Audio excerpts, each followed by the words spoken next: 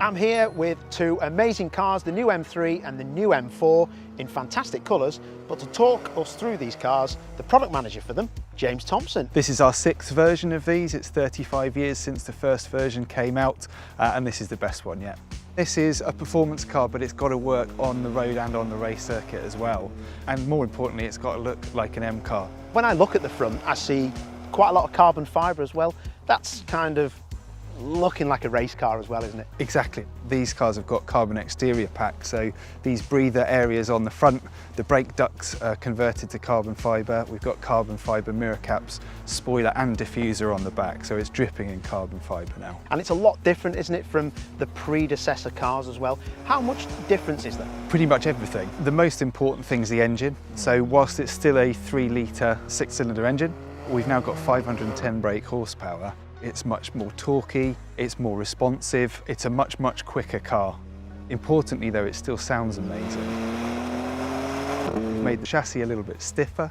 That means the suspension is softer on the road, but it can sharpen up on the racetrack. So we've actually ended up with a car which is nicer to drive every day and even better to drive on the opportunities you get to take it out on a circuit. Both cars now have 510 horsepower, so we have a competition version of this car for the UK market.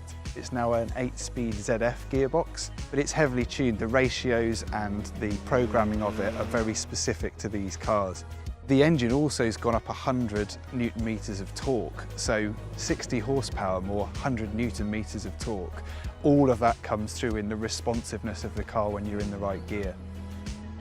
With those big figures, you need to be comfortable, I'm assuming, so the carbon bucket seats for me are quite adjustable and they're actually very comfortable as well. They're a lot different than what we've had in the previous models, aren't they? They definitely are. I mean, we've gone to great lengths to develop these carbon bucket seats. They're still actually really comfortable. These are the ones I'd pick to drive in every day and also for when I want to take it on a track. They're absolutely mega.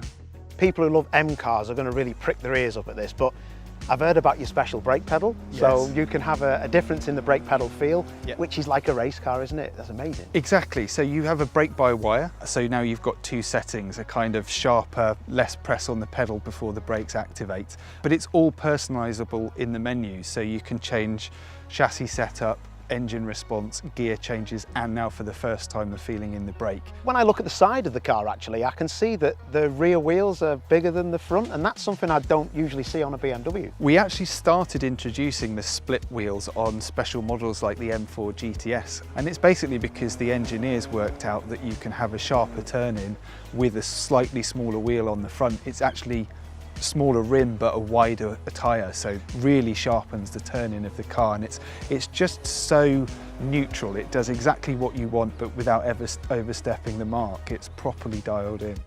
With these cars, they will come in different body styles as well, won't they? Yeah, we've got the saloon and the coupe here, so these cars are going to be available from March 2021. There's a convertible version of the M4 coming a little bit further into the future, the very first M3 Touring as well. All in all, a fantastic car on the road, but if you fancy a little lap round the track, this is the car for you, either of them. Definitely, that's what an M car should be. It has to do both of those things and it has to do them well. And yeah, I can't speak highly enough about these two.